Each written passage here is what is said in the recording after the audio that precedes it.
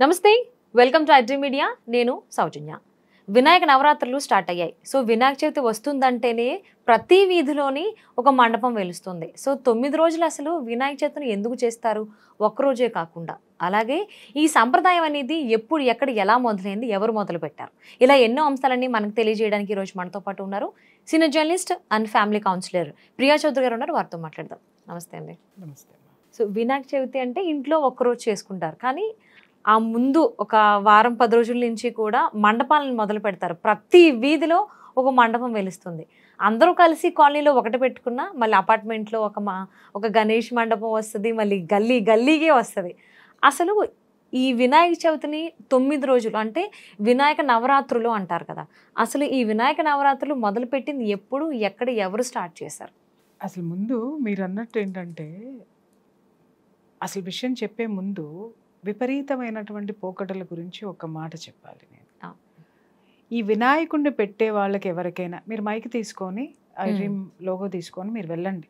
వినాయకుడు మండపం ఎంతమంది పెట్టారో అంతమందిని ఇంటర్వ్యూ చేయండి. యూట్యూబర్స్కి కూడా నేను చెప్తున్నా, అసలు ఈ వినాయకుడు మండపం ఎందుకు ఉంది, 9 రోజులు ఎందుకు చేస్తున్నారు, అసలు దాని యొక్క ఉద్దేశం ఏంటి, దాని వెనక ఉన్నటువంటి సామాజిక కోణం ఏంటి అడగండి. ఎవరికైనా తెలిసేమో?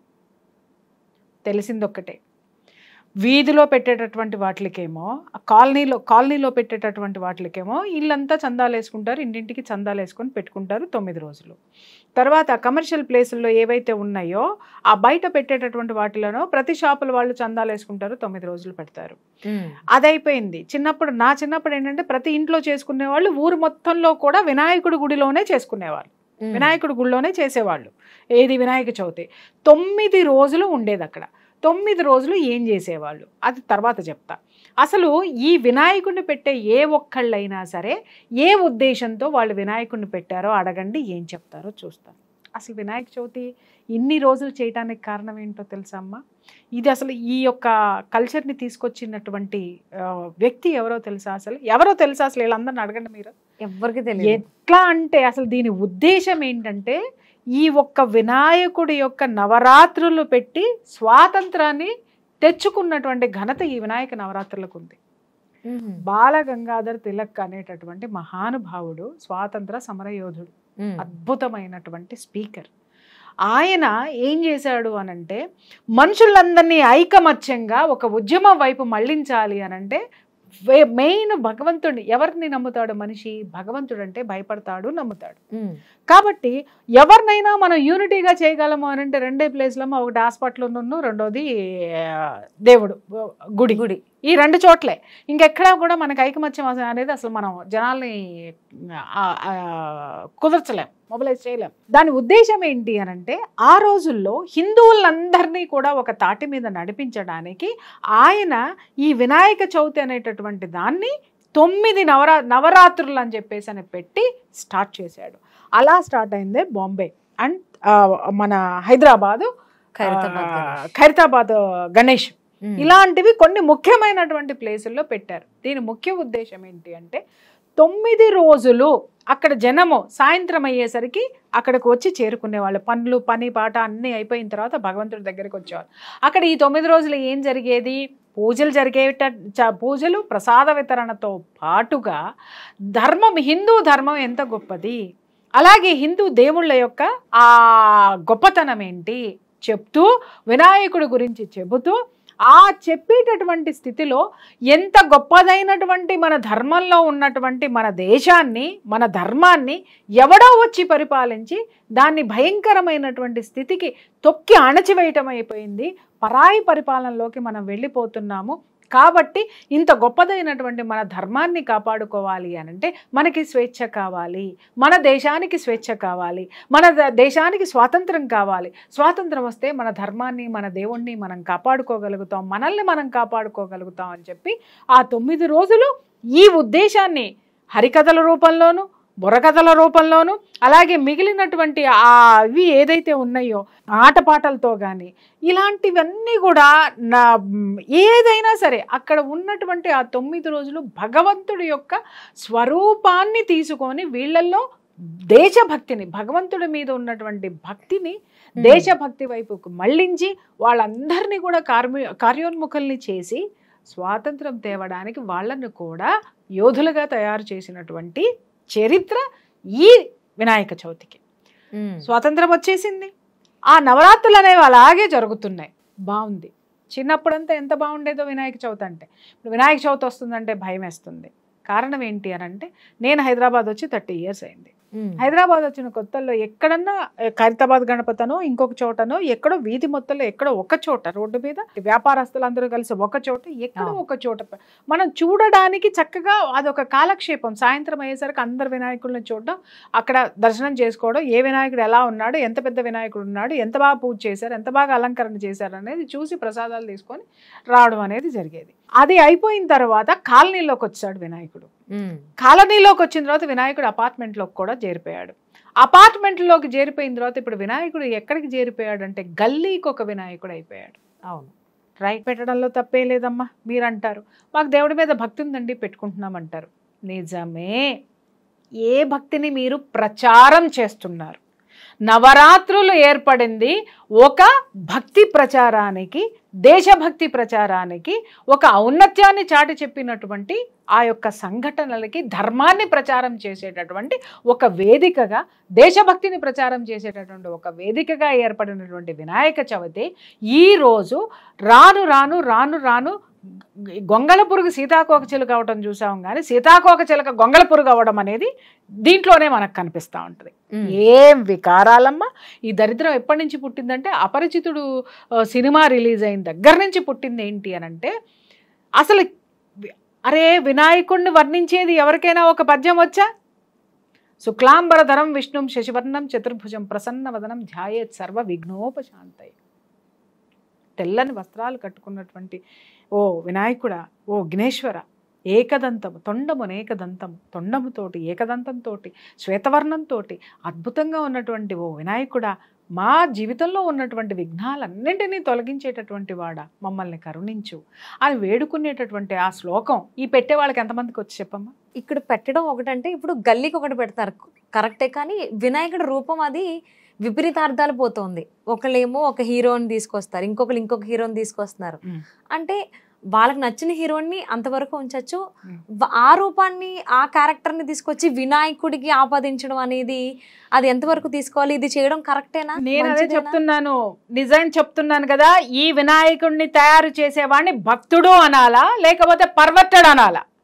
దేవుణ్ణి తీసుకొని వచ్చి గుళ్ళో కొలిచేటటువంటి దేవుణ్ణి తీసుకొచ్చి ఆ స్వరూపాన్ని తీసుకొచ్చి వీడి ఇష్టం వచ్చినటువంటి ఆకృతులన్నిటినీ తయారు చేసేసి తీసుకొని వచ్చి మీరు మొక్కండి అని చెప్పేసి అని పెడుతున్నాడు. సరే, పెట్టేవాడేమన్నా వీడి జేబులో డబ్బులు తీసుకొని పెడుతున్నాడమ్మా, తేపాపం తలా పిడికడు అన్నట్టు అందరి దగ్గర చందాలు వసూలు చేస్తున్నాడు. చందాలు వసూలు చేసినటువంటి డబ్బులతోటి నువ్వు వినాయకుడిని పెట్టడం మానేసి నీకు నచ్చిన హీరోనో ఆ దిక్కుమాలని, నిజం కొంతమంది వినాయకుడిని చూస్తున్నా కత్తిట రక్తం ఓడే కత్తి పట్టుకొని ప్యాంటు షర్ట్ వేసుకొని వినాయకుడు ఉన్నాడు. అలాగే ఇంకొకటి చూసా, అదేంటమ్మా పుష్ప వినాయకుడు అంట. అంటే కనీసము ఎవరికి కూడా జ్ఞానం లేదు, దయచేసి జ్ఞానం లేదు. భగవంతుడిని ఎంత అపహాస్యం చేసి అవతల పడేస్తున్నారు అనంటే, ఎంత వికృతమైనటువంటి చేష్టలతో, వికృత రూపాలనే అంటాను నేను. ఏంటమ్మా భగవంతుడిని ఎలా వర్ణించారు? ఎలా ఉన్నాడు భగవంతుడు? ఏ స్థితిలో ఉన్నాడు? ఆధ్యాత్మికత్వం ఎక్కడ కనిపిస్తుంది? నువ్వు వచ్చి వినాయకుడి దగ్గరకు వచ్చి దండం పెట్టుకుందా కదా అంటే, రక్తమోడే కత్తితోటి నువ్వెవరినో తీసుకొచ్చి అక్కడ పెడితే నేను నీకు దండం పెట్టాలా? లేదు, ఒక దౌర్భాగ్యుడైనటువంటి ఆ రూపాన్ని తీసుకొచ్చి నువ్వు అక్కడ పెడితే నేను నీకు చందా ఇవ్వాలా? ఏం చేస్తున్నారు మీరందరూ? ట్రెడిషనాలిటీని ఎక్కడికి తీసుకెళ్తున్నారు? ఇలాంటి దగుల్బాజీ పనులు చేసే వాళ్ళని ఎందుకు ప్రభుత్వం అయినా ఎందుకు ఎంకరేజ్ చేస్తుంది? ఇవాళ మన దగ్గర చాలామంది ప్రవచనకర్తలు ఉన్నారు, చాలామంది హిందూ ధర్మం కోసం పోరాడేటటువంటి వాళ్ళు ఉన్నారు. వాళ్ళందరూ కూడా గొంతు చించుకొని చెప్తున్నారు భగవంతుణ్ణి స్వరూపాన్ని చూడండి చూడండి అని అంటే, చిల్లర వేషాలు చిల్లర కథలతోటి భగవంతుడిని తీసుకొచ్చి ఇంత అపహాస్యం చేస్తారా అమ్మ? ఇంత అపహాస్యమా? నీ తల్లిని తీసుకొని వచ్చి బయట నిలబెట్టి ఇక్కడ వరకు మిడ్డీ వేసి చెడ్డీ వేసి నిలబెట్టి నేను లిప్స్టిక్లు పూస్తా, నువ్వు ఊరుకుంటావా? నువ్వు ఊరుకుంటావా? నీ తల్లిని అలా నిలబెడతాను మీరు ఎవరైనా ఊరుకుంటారా? పెట్టిన వాళ్ళందరినీ అడుగుతున్నాను, ఇలాంటి పిచ్చ పిచ్చ బొమ్మలు పెట్టిన నీ తండ్రిని నేను తీసుకొచ్చి బయటికి తీసుకొచ్చేసి చిరుగులు వేసేసి జుట్టంతా రేపేసేసి వాడు ఏదో విధంగా ఒక వికృతమైనటువంటి రూపంతో నీ తండ్రిని ఊరేగిస్తాను, ఊరుకుంటావా? నువ్వు ఎవరు యాక్సెప్ట్ చేస్తావా? మరి లోకాన్ని కన్నటువంటి తండ్రిని మీరేం చేస్తున్నారు?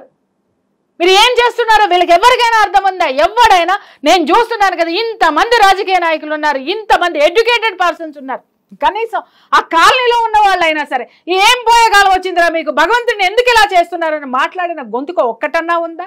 అమ్మో మాకెందుకులే, అమ్మో మాకెందుకులే అంటే దేవుడు కూడా మాకెందుకులే అని పోయాడు. లేడు, ఇప్పుడు దేవుడు ఎక్కడా లేడు. ఎక్కడైనా దేవుడు కనపడుతున్నాడమ్మా? ఎక్కడైనా సరే ఒక మంచి విగ్రహం చూస్తే ఎంత ఎంత పాజిటివ్ ఎనర్జీ వస్తుంది మనకి భగవంతుడిని చూస్తే. ఆ స్వరూపాన్ని అక్కడ పెట్టేసి ఇష్టం వచ్చినట్టు వాళ్ళకి ఏంటి ఏదేదో పిచ్చి పిచ్చి పేర్లు పెట్టుకొని మీ దిక్కుమాలినటువంటి సినిమా హీరోలు ఉంటే, సినిమా హీరోలు ఇరిగిన ఏళ్ళ మీద ఎవ్వరికీ కూడా కనీసం మందు కూడా రాసిన పాపాన పోయినాళ్ళు కాదు వీళ్ళందరూ. నేను చెప్తున్నాను కదా, వాస్తవం చెప్తున్నా. ఇవాళ సినిమా హీరోలకు కూడా నేను చెప్తున్నా, మీరు కోటాను కోట్లు డొనేషన్లు ఇస్తున్నారు. అయ్యా మీరు డొనేషన్లు ఇవ్వడం మానేసినా మాకు అభ్యంతరమే లేదు, ప్రభుత్వం చూసుకుంటుంది, జనాలను మేం కాపాడుకుంటాం. కానీ ఇలాంటి వికృతమైనటువంటి మీ రూపాల్లో మీ సినిమా పేర్లతోటి వికృతమైనటువంటి ఈ యొక్క భావజాలాన్ని, జాడ్యాన్ని మీ అభిమానులకు వదిలించండి. దయచేసి ఒక చిన్న స్టేట్మెంట్ ఇవ్వాల్సిన బాధ్యత, సామాజిక బాధ్యత మీకుంది. ఎందుకంటే మీ అభిమానులవనే పేరుతోనే, మీ అభిమానులవనేటటువంటి పేరుతోటే వాళ్ళు భగవంతుడిని అపహాస్యం చేస్తున్నారు. ఇలాంటివి ఉంటే మాలాంటి వాళ్ళ శాపాలు బ్రహ్మాండంగా తగులుతాయి. ఎవరు ఊరుకోరమ్మా ఇలాంటివన్నీ. అంటే లైక్ ఇప్పుడు దేవుడికైనా కానీ తనను తాను మంచిగానే చూడాలనుకుంటారు, కానీ ఇలాంటి వికృత రూపాల్లోనో ఆయన్ని వేరే మనిషి రూపంలోనో చూడాలనుకోరు. సో ఈ ఎఫెక్ట్ అనేది, ఆ నెగిటివ్ ఎనర్జీ ఏదైతే ఉందో అది చేసిన వాళ్ళకి వస్తుందా, ఎవరిదైతే క్యారెక్టర్ చేశారో ఆ హీరోలకు వస్తుందా, అభిమానులకు వస్తుందా? నేను చెప్పనా, తిలా పాపం తలా పిడికెడు. చూసి ఏమి అనుకున్న నాకు వస్తుంది, చేసిన వాడికి వస్తుంది, చందాలేసి ఇచ్చి ప్రోత్సహించిన వాడికి వస్తుంది, అక్కడ వాడిని తీసుకొచ్చి పెట్టిన వాడికి వస్తుంది, ఇది చూడండి ఎంత బాగుందో అని కవరేజ్ చేసిన వాడికి కూడా వస్తుంది. అంటే తప్పు తెలిసి చేసినా తెలియక చేసినా ఖండించకపోతే ఖండించకుండా నీ కాలనీలోనో, నీ ఊళ్ళోనో, నీ వీధిలోనో ఇలాంటి వికృతమైనటువంటి ఆకారాలను ఎందుకు పెట్టనిచ్చావు? నువ్వు ఎందుకు అబ్జెక్ట్ చేయలేదు? భగవంతుడి కోపం రాదా? ఆయన ఇష్టం వచ్చినట్టు అలంకారాలు చేసి, అక్కడ ఆయనకంటూ ఒక స్వరూపం ఉందండి, ఆ స్వరూపాన్ని తీసి అవతల బారేసి నీ ఇష్టం వచ్చినట్టు ఎంత హాస్యాస్పదమైనటువంటి ఈ అలంకారాలన్నీ చేసుకుంటూ పోతూ ఉంటాయి. ఎట్లా ఉంటుంది? ఎంత నీచంగా ఉంటుంది. నిజంగా బాధపడుతున్నానమ్మా. ఒకప్పుడు ఈవినింగ్ అయిన తర్వాత వినాయకుడిని చూసొద్దామని బయలుదేరి వెళ్ళి అదొక కన్నుల పండగగా ఉండేది. ఇంటికి వచ్చేసరికి ఒక శక్తితోటి, ఒక పాజిటివ్ ఎనర్జీ అనిపించేది. అబ్బా ఆ వినాయకుడు ఎంత బాగున్నాడు, ఈ వినాయకుడు ఎంత బాగున్నాడు, ఎంత పెద్ద విగ్రహం ఉంది, ఎంత బాగా అలంకరణ చేశారు, ఎంత మంచి పెద్ద పంచ కట్టుకున్నాడు, ఈ కలర్స్ ఎంత బాగా వేశారు, ఎంత పెద్ద చెవులు ఉన్నాయి, ఆ తొండం ఎంత చక్కగా ఉంది, ఇవన్నీ మాట్లాడుకున్నారు. నగలు ఎంత బాగా తీర్చిదిద్దారు. ఇప్పుడు చూస్తే వికారమైనటువంటి నెగటివ్ ఎనర్జీస్ పెట్టిన వాడిని మళ్ళీ ఏమన్నా ఇది పెట్టారా, ఒక కత్తి పట్టుకొని రక్తం గారేటటువంటి వినాయకుడు రూపాన్ని తీసుకొచ్చి నీ దిక్కుమాలిన హీరోలకు అంటగడతావా నువ్వు? తీసుకొని వచ్చి ఎలాంటి వినాయకుడిని తీసుకొచ్చి మీరు ఏం చేస్తున్నారా? ఏం చేస్తారు? కొంచెమన్నా బుద్ధి గడ్డి, అన్నానికి నోటికి అన్నం అనే పదార్థం తింటున్నారా, వేరే ఇంకేదైనా తింటున్నారా? అండ్ అలాగే వినాయక చవితి అనగానే అందరికీ గుర్తొచ్చేది నీలాపు నిందలు, సమంతకమణి స్టోరీ. మరి కుడుములు తిని వచ్చినటువంటి వినాయకుడిని చూసి నవ్వితేనే చంద్రుడికి పార్వతీదేవి ఆ శాపాన్ని ఇచ్చారు. మరి వినాయకుడిని ఇలాంటి వింత వింత ఆకారాలు తీర్చిదిద్దుతున్నారు. మరి ఇప్పుడు మరి పార్వతీదేవికి ఎందుకు రాదు? నేను ఇప్పుడు చెప్పింది అదే కదా, తిలా పాపం తలా పిడికెడు. ఇప్పుడు వినాయకుడు మాత్రమే ఇది నొచ్చుకుంటాడా? వినాయకుడిని కన్నా తల్లి నొచ్చుకోదా, తండ్రి నొచ్చుకోడా? వీళ్ళిద్దరు నొచ్చుకుంటే వీళ్ళ తమ్ముడు కుమారస్వామి ఊరుకుంటాడా? అలాగే వీళ్ళందరూ కుటుంబం బాధపడుతుంటే విష్ణుమూర్తి ఊరుకుంటాడా? ఎందుకంటే వీళ్ళందరూ కలిసి బంధువులే కదా, అందరూ కలిసి. ఆయన ఊరుకుంటాడా? ఆయన బాధపడుతుంటే బ్రహ్మ ఊరుకుంటాడా? బ్రహ్మ బాధపడితే సరస్వతి ఊరుకుంటుందా? సరస్వతి వీళ్ళందరూ బాధపడితే 3 కోటి దేవతలు ఊరుకుంటారా? చెప్పండి. ఒక నెగటివ్ ఎనర్జీని ఇచ్చినందుకు నేను ఇక్కడ ఒక విషయం నేను చెప్తున్నాను, అందరికీ అర్థం కానటువంటి విషయం, పిల్లలకి పెద్దవాళ్ళకి తెలియని విషయం. మీరు ఒక స్వరూపం, అది పేపర్ అయినా ఏదైనా సరే, మీరు ఇది దైవము అని ఎప్పుడైతే మీరు మనసులోకి ఒక థాట్ వస్తుందో, ఆ దైవానికి సంబంధించిన గణాలు మొత్తము ఇన్విజిబుల్ గా మీ చుట్టూ ఉంటాయి. అర్థమైందా? మీ చుట్టూ ఉండి మీరు ఎందుకు వాళ్ళంతా ఆయన సైన్యం, ఆమె సైన్యం, అమ్మవారిని పెట్టినా సరే అయ్యవారిని పెట్టినా సరే ఆ సైన్యం నీ చుట్టూ ఉంటుంది. నువ్వేం చేస్తున్నావో గమనిస్తుంది. నువ్వు ఎంత మంచి చేశావో ఆ గణం నీకేది కావాలో తీసుకొచ్చిస్తుంది. స్వామిని నువ్వు ఎంత భక్తితోటి చేస్తావో, అలాగే నువ్వు కాలనీలో పెట్టావు, అందరి దగ్గర పర్మిషన్లు తీసుకొని వచ్చి అందరి దగ్గర చందాలు వసూలు చేసుకొని నువ్వు వినాయకుడిని పెట్టినప్పుడు వినాయకుడు ద్వారా ఏమిస్తున్నావు, ఏ శక్తిని, ఏ ఎనర్జీని జనాలకి ఇస్తున్నావు? అక్కడ ఒక మంచి ప్రోగ్రామ్ ఏమన్నా పెట్టావు, ఒక మంచి సాహిత్యమో, ఒక మంచి సంగీతమో, భజనలు ఎక్కడున్నాయి చెప్పమ్మా? రికార్డింగ్ డీజేలే ఉన్నాయి. రికార్డింగ్ డాన్సులు, డీజేలు. నేను హోరెత్తిపోయి ఇప్పుడు మీరు నెగిటివ్ ఎనర్జీ అన్నారు కదా, డీజేలు పెట్టి తాగి తందనాలు ఆడే ఒక్కొక్కళ్ళు నిజంగా చెప్తున్నా ఒళ్ళు పగలగొట్టాలి నిజంగా. తాగి తందనాలు ఆడమ్మా ఆ కాలనీలోకి వచ్చి అబ్బా గంటలు గంటలు డింగ్ డింగ్ డింగ్ డింగ్ డింగ్ డింగ్ ఢమా ఢమా ఢమా ఢమా. ఎవరుంటారమ్మా? పేషెంట్స్ ఉంటారు, పెద్ద వయసు వచ్చిన వాళ్ళు ఉంటారు. ఈ తాకిడికి ఈ వైబ్రేషన్స్ వాళ్ళు తట్టుకోగలిగే స్థితి వాళ్ళకు ఉంటుందమ్మా? వాళ్ళు మానసికంగా ఎంత సంఘర్షణకి గురవుతారు. హార్ట్ ప్రాబ్లం ఉన్న వాళ్ళు ఉంటారు, ఆ వైబ్రేషన్ని తట్టుకోలేనటువంటి మానసిక పరమైనటువంటి ఇది ఉన్న వాళ్ళు ఉంటారు, సైకోసోమాటిక్ ప్రాబ్లమ్స్ ఉన్న వాళ్ళు ఉంటారు. ఇలాంటి పిచ్చి సౌండ్లన్నీ విన్నారు అంటే వాళ్ళల్లో ఉన్నటువంటి ఆ స్థితి ఏదైతే ఉందో దానికి 10 రెట్లు అగ్రివేషన్ అయిపోతుంది. ఏం చేస్తున్నారు మీరు? భగవంతుడి పేరుతోటి నెగటివ్ ఎనర్జీని పైకి లేపుతున్నారు మీరు, అవునా కాదా?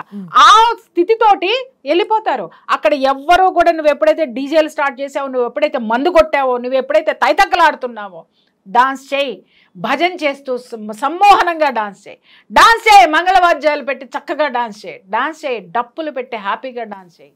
ఏం చేస్తున్నావు నువ్వు? దాంతోపాటు మందులో ఏమేస్తున్నావు? లోపల ఒక క్వార్టర్ వేస్తున్నావు. క్వార్టర్ వేసిన తర్వాత నీకు విచక్షణ అనేది ఉంటుందా? విచక్షణ అనేది ఉంటుందా? ఈ మధ్య కొత్తగా ఈ సంవత్సరం చూశానమ్మా, ఎక్కడలే ఎంత విపరీతమైన పోకడలు వెళ్ళిపోయినాయి అనంటే, ఇది వరకు నిమజ్జనం చేసేటప్పుడు మాత్రమే డీజేలు ఈ సౌండ్లు ఈ బాధలు ఉండేవి. ఇప్పుడు వినాయకుడిని కొని ఇంటికి తీసుకురావడానికి కూడా డీజేలు, రోడ్డు మొత్తం బ్లాక్, ట్రాఫిక్ మొత్తం బ్లాక్. అరే నేను చెప్తున్నాను, దేవుణ్ణి అందరికి విఘ్నం కలిగిస్తూ తెమ్మన్నాడా విఘ్ననాయకుడు?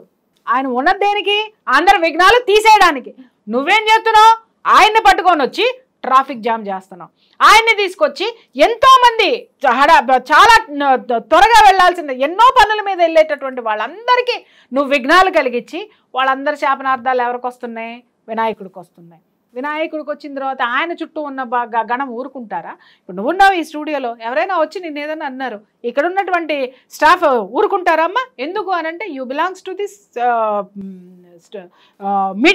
మీడియా పర్సన్వి. నిన్ను కాపాడడానికి నీ చుట్టూ ఉన్న వాళ్ళు ఊరుకుంటారా? పడేసి కొడతారు. అర్థమైందా? ఇక్కడ కూడా వీళ్ళందరూ అనుకుంటున్నారు నాకేం జరగదు, మస్తు చేసినాం, అంత ఎంజాయ్ చేసినాం, అది చేసినాం. పరాయి వాడి సొమ్ము వసూలు చేసి భగవంతుడి పేరుతోటి తీసుకుని తాగి తందనాలాడి ఇంకొకళ్ళకి ఇబ్బంది కలిగిస్తూ నువ్వు చేసేది ఎప్పటికీ అది ప్రయోజనకరమైనటువంటిది కాదు. ప్రకృతికి కూడా ప్రయోజనకరమైనటువంటిది అయితే మాత్రం కాదు. ఎందుకని అంటున్నానేమో, ఈ దేంతో చేస్తున్నారు? ఏ మట్టితో చేస్తున్నారు వినాయకుల్ని? అది ప్రకృతికి పర్యావరణానికి ఎంత చేటు తీసుకొచ్చేటటువంటిది. అరే ఇదివరకు అమ్మ చెరువులో పూడిక తీయడం కోసమని చెరువులో ఉన్నటువంటి మట్టిని తీసి వినాయకుడిని చేసేవారు. వినాయకుడిని చేసి మళ్ళీ తీసుకెళ్లి అదే మట్టిని ఆ చెరువులో కలిపేటటువంటి వాళ్ళు. అది ఏంటి? ప్రకృతికి సంబంధించినటువంటిది. వర్షాలు మొత్తం మళ్ళీ ఆ చెరువు నిండి సంవత్సరం మొత్తం వర్షం వచ్చేదాకా ఆ చెరువు మంచినీళ్ళు ఇచ్చేది, ఆ ఊళ్ళో వాళ్ళందరినీ ఆదుకునేటటువంటిది. అటువంటి తర్వాత ప్రకృతికి సంబంధించినటువంటివి పత్రి అంతా తీసుకొని వచ్చి ఆయనకి పూజ చేసేవాళ్ళు. ఆ పత్రిలో ఎన్నో ఔషధ గుణాలు ఉన్నాయి. అవి ఇంటికి తీసుకురావడం వల్ల ఇంట్లో ఉన్న నెగిటివ్ ఎనర్జీ మొత్తం పీల్చుకునేటటువంటిది. అరే ఇవన్నీ మానేసి విపరీతమైనటువంటి పోకడలు, విపరీతమైన ఆ పత్రి అమ్ముతున్నారు. అమ్మేవాళ్ళు చూడండి కనీసం పాసిమొహం కూడా కడుక్కొని రాడు. నేను ఎవరినైనా అంటున్నానంటే అనుకోండి, ఎందుకంటే నా ధర్మం నాకు గొప్పది, నా భగవంతుడు నాకు గొప్పవాడు. ఎందుకు అనంటే నేను ఎంత గౌరవిస్తానో, నా భగవంతుడిని నేను ఎంత గౌరవిస్తానో, నా భగవంతుడి మీద వ్యాపారం చేసే నువ్వు కూడా అంతే పవిత్రంగా ఉండాలని నేను కోరుకోవడంలో తప్పైతే లేదు కదా, ఉండి తీరాలి. కనీసం ఎంత దౌర్భాగ్యం అయిపోయిందంటే దేవుడి పేరు మీద వ్యాపారాలు మొదలైన పత్రి కొనుక్కొస్తేనమ్మా నిజంగా మొన్న కళ్ళల్లో నీళ్ళు వచ్చినాయి నాకు. నేను వెళ్తే అన్ని నీట్గా తెచ్చుకుంటాను. సహజంగా ఏం చేస్తానంటే తోటలోకి వాటిల్లోకి వెళ్ళి తెచ్చుకుంటాను. కానీ కుదిరినప్పుడు ఏం చేస్తానంటే నేనే మార్కెట్కి వెళ్ళి మంచిగా ఉన్నాయన్నీ ఏరుకొని తెచ్చుకుంటాను. మా అమ్మాయిని పంపిస్తే ఆమెకేం తెలుస్తుంది? వాళ్ళు ఇచ్చినవి తీసుకొని వచ్చింది. కుళ్ళిపోయినటువంటివి ఎలాంటివంటే నువ్వు నమ్మవు. ఆ పూల మార్కెట్లో, ఫ్లవర్ మార్కెట్లో కుళ్ళిపోయి పడేస్తారు చూసారా, అవన్నీ తీసుకొని వచ్చి అక్కడ పడేసినటువంటి ఆకులు, అక్కడ పడేసినటువంటి కొమ్మలన్నీ తీసుకొని వచ్చి ఇక్కడ వ్యాపారం చేస్తున్నారు. ఏ దేవుణ్ణి ఎవరు చేస్తున్నారు? ఎలాంటి అవమానాలు! ఆ పత్రి తీసుకెళ్ళి నేను నా దేవుడికి వేయాలా? కడుపులో తిప్పేసిందమ్మా. తీసి పక్కన పెట్టి 4 మామిడాకులు పెట్టి నమస్కారం చేసుకున్నాను. గరికి తీసుకొచ్చి కోసి పెట్టి ఇంతేనాయన నేను చేయగలిగింది, ఇంకేం చేయలేను, నన్ను క్షమించు అని చెప్పేసాను. గుంజలు తీసి క్షమాపణ కోరుకున్నాను. ఎక్కడికి పోతున్నాం తల్లి మనము? ఎలాంటి విపరీతమైనటువంటి వాటికి వెళ్తున్నాం? నేను చెప్తున్నాను, ఇలాంటి వాటితోటి మీరు చేసేది ఈ 10 రోజులు అర్ధరాత్రి 12ంటికి మొదలు పెడతారమ్మా. 10:30 తర్వాత ఎవరిని పడుకోనివ్వరు. సరే పడుకోనివ్వరంటే ఏదో ఒక రోజు మీరు చేసుకుంటున్నారన్నారు, కానీ 9 రోజులు మీరు వినాయకుడి పేరు మీద మీరు చేసేదేంటి చెప్పండి? మీరు చేసేదేంటి? ఒక అన్నదానం పేరు మీద, అది అన్నదానం అంటారా? అదేందో నాకు అర్థం కాదమ్మా. దానికి ఒక వాల్యూ లేదు, ఒక ఇది లేదు. ఎక్కడన్నా వినాయకుడి పేరు మీద ఒక భజన జరుగుతుందా? ఎక్కడైనా వినాయకుడి పేరు మీద ఒక హరికథ జరుగుతుందా? వినాయకుడి పేరు మీద ఒక నాట్యం జరుగుతుందా? కుప్పి గంతులు, దిక్కుమాలిన డాన్సులు, దిక్కుమాలిన డీజేలు, సౌండ్ పొల్యూషన్, వాతావరణం పొల్యూషన్, అక్కడ ఉన్నటువంటి నెగటివ్ ఎనర్జీస్, వీటన్నిటితోటి దీన్ని వినాయక చవితి అందామా లేకపోతే విఘ్న చవితి అందామా అమ్మ? అసలు ఆయన ఎవరికైతే అధిపతో ఆయన పేరుని కంప్లీట్గా చేంజ్ చేశారు ఇప్పుడున్నటువంటి జనాలు. అట్లీస్ట్ మీ మాటల ద్వారా అయినా మారతారని చెప్పి ఆశిద్దామండి. అట్లీస్ట్ దేవుడు తెలుసుకోవాలి. ఇవాళ నిజం చెప్తున్నాను కదా, అసలు చిన్న చిన్న పిల్లలు కూడా వినాయకులను పెట్టేసేసి, ఒక్క మాట, చిన్న పిల్లల చేత వినాయకులను పెట్టించే తల్లిదండ్రులకి నేను చెప్తున్నాను, మీ పిల్లలందరూ రోడ్డు మీద పడిపోయి డబ్బాలు పట్టుకుని ఆంటీ రూపాయి ఇవ్వండి, ఆంటీ డబ్బులు ఇవ్వండి, అంకుల్ డబ్బులు ఇవ్వండి, అక్క డబ్బులు ఇవ్వండి అని అడుగుతున్నారే ప్రతి ఒక్కళ్ళు. ఇక్కడ 2 విషయాలు ఉన్నాయి. మీ పిల్లల్ని చీత్కరించుకునే వాళ్ళు ఎంతమంది ఉన్నారో తెలుసా? ఇదంతా మీ ఇంటికే నడిచి వస్తుంది అన్న విషయం తెలుసా? ఆ చిన్న మనసులో ఆ చీత్కారాలకి చీదరింపులకి గురైనవి అంటే, బాధపడినవి అంటే భవిష్యత్తులో వాడికి ఎదుగుదల అనేది ఉండదు. నేను చెప్తున్నాను, రాసి పెట్టుకోండి. ఎందుకంటే ఇవన్నీ నెగిటివ్ ఎనర్జీస్. రెండో విషయం ఏంటంటే, ఒకళ్ళు వస్తారు, వీధిలో పెట్టిన వాళ్ళు వస్తారు, వాళ్ళేంటి భారీగా రాసేస్తారు, వాళ్ళకి ఇవ్వాలి. అపార్ట్మెంట్లో పెడతారు, వాళ్ళకి ఇవ్వాలి. మళ్ళీ పక్కన మేము గుళ్ళో పెట్టామండి అంటారు, వాళ్ళకి ఇవ్వాలి. మళ్ళీ బజార్కి వెళ్ళామనంటే ఆంటీ మాకు ఇవ్వండి. ఒక మనిషి ఎంతమందికి ఇస్తారమ్మా? ఎన్ని చందాలు ఇవ్వాలి? 1:10 అయినా పర్లేదు, 1:100 మొదలైనవి. ఒక ఇంట్లో కూర్చున్నాళ్ళు వినాయక చవితి వచ్చింది అని అంటే ఎవరు దోపిడీ, కొన్ని అయితే దోపిడీలు అని అనుకోవాలన్నమాట. ఇప్పుడు అపార్ట్మెంట్ లో పెట్టుకున్నారంటే అర్థం ఉంది, ఎందుకంటే ఎవరు ఎక్కడ ఉన్నారో తెలియట్లేదు. చక్కగా అక్కడ ఒక చోట మింగిల్ అవుతారు, హ్యాపీగా అక్కడ ఒకళ్ళు పరిచయాలు చేసుకుంటారు, ఒక మంచి సౌహృదమైన వాతావరణం. దిక్కుమాలని ఇప్పుడు అవి కూడా లేదు, అక్కడ కూడా రాజకీయాలు చచ్చినాయి. ఎవరు రాజకీయం లేకుండా దీని దుంపదగా వినాయక చవితి చేసిన పాపాన పోలేదు ఎవడే కూడా. ప్రతిదాన్ని ఇలాగే ఆఖరికి దేవుణ్ణి కూడా వాడేస్తున్నారు, దేవుడి రూపాలను కూడా విపరీత అర్థాలు వచ్చేటువంటి విధంగా చేస్తున్నారు. మనం చేసే పని యొక్క పవిత్రతని తెలుసుకోండి అమ్మ. ఎవరు చేసినా కానీ, నేను మొన్న మా అపార్ట్మెంట్లో చూశాను, ఓ పక్క ఆయన పాపం పూజారి మొత్తుకుంటున్నాడు, ఎవరి కాళ్ళమ్మా ఇష్టం వచ్చినట్టు మాట్లాడేసుకుని మైక్లో పూజారి గారు మొత్తుకున్నారు, అమ్మా ప్లీజ్ సైలెంట్గా ఉండండి, నేను చెప్పేదేనండి, అమ్మా వినాయకుడి గురించి నేను చెప్పేదేనండి, అమ్మా ప్లీజ్ ఉండండి. ఒక్కళ్ళు ఇంటే అట్టు అక్కడికి వచ్చి కూర్చొని ఒక అపార్ట్మెంట్లో ఉన్నారు కదా, ఏమి ఇదైపోయింది అక్కడ తప్పితే లేదా? అక్కడ పూజ అయిపోయిన తర్వాత బయటకు వచ్చి మాట్లాడుకోవచ్చు కదా. లేదు, అక్కడ పూజారికి విలువనిచ్చారా? మీరు పూజారికి గౌరవం ఇచ్చారా? దేవుడికి గౌరవం ఇచ్చారా?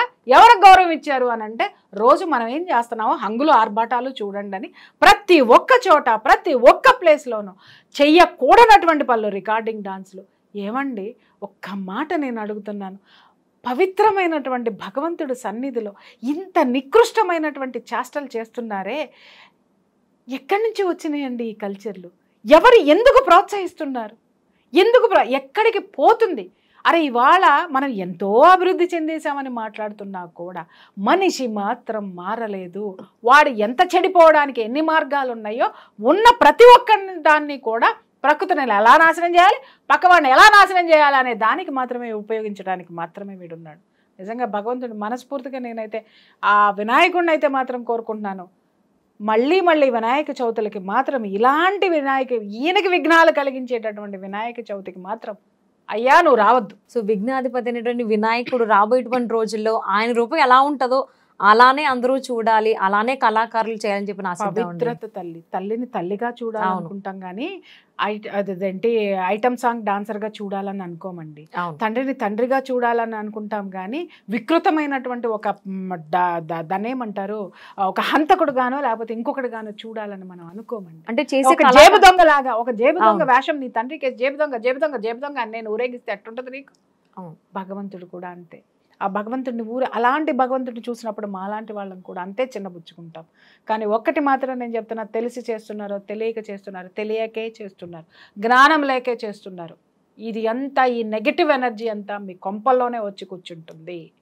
ఏ ఒక్క ఇంట్లో కూడా మనశ్శాంతి ఉండదు, ఖచ్చితంగా ఉండదు. ఎందుకంటే నువ్వేమి ఇచ్చావో అదే నీకు తిరిగి వస్తుంది. నువ్వు రక్తం ఓడే కత్తితోటి నువ్వు వినాయకుడిని ఇచ్చావు, అదే రక్తం నీ ఇంట్లో తిరుగుతుంది, అదే ఎనర్జీ నీ ఇంటికి వస్తుంది. నువ్వు ఏంటి అమ్మాయిని పట్టుకుని ఊగేటటువంటి ఒక వినాయకుడిని నువ్వు పెట్టావు, నీ ఇంట్లో నీ కొడుకు అమ్మాయిలతోటే తిరుగుతాడు, లేదా నీ మొగుడు అమ్మాయిలతోటే తిరుగుతాడు, లేదా నిన్నే ఒక అమ్మాయి మోసం చేసిపోతుంది. ఇవే వస్తాయి. నువ్వు ఏది ఇచ్చావో ప్రకృతికి అదే నీ ఇంటికి వచ్చి కూర్చుంటుంది. ఆ విగ్రహాలు తయారు చేసేటువంటి కళాకారుల్లో కూడా మార్పు రావాలి. వాళ్ళు డబ్బులు ఇస్తున్నారు కదా, మా ఇదే వృత్తి కాబట్టి అసలు వాళ్ళకి పర్మిషన్లు ఇవ్వకూడదు అమ్మ. ఇలాంటివి చేస్తే వాళ్ళకి పర్మిషన్లు ఇవ్వకూడదు అమ్మ. బ్రతుకు తెరువు ఉంది కదా అని హంతకులు కత్తి నూరిచ్చేవాడికి కూడా బ్రతుకు తెరువు ఉందని మనం యాక్సెప్ట్ చేయమంటారా? వీళ్ళందరూ లేదు, దాన్ని కూడా యాక్సెప్ట్ చేయాల్సి వస్తుంది. విచక్షణ ఉంది, క్రమశిక్షణ ఉండాలి. ఇవి రెండు ఉంటేనే అక్కడ భగవంతుడి యొక్క శక్తి అనేది అక్కడ ఉంటుంది. దాన్ని గుర్తించాల్సిన అవసరం అందరికీ ఉంది. అవును. సో అట్లీస్ట్ నెక్స్ట్ ఇయర్కి, అట్లీస్ట్ అని కాదు ఖచ్చితంగా వచ్చే సంవత్సరం అయితే మాత్రం వినాయకుడి రూపంలోనే అందరూ దర్శించుకొని ఆయన అనుగ్రహం పొందాలని చెప్పి ఆశిద్దామండి. Thank you so much.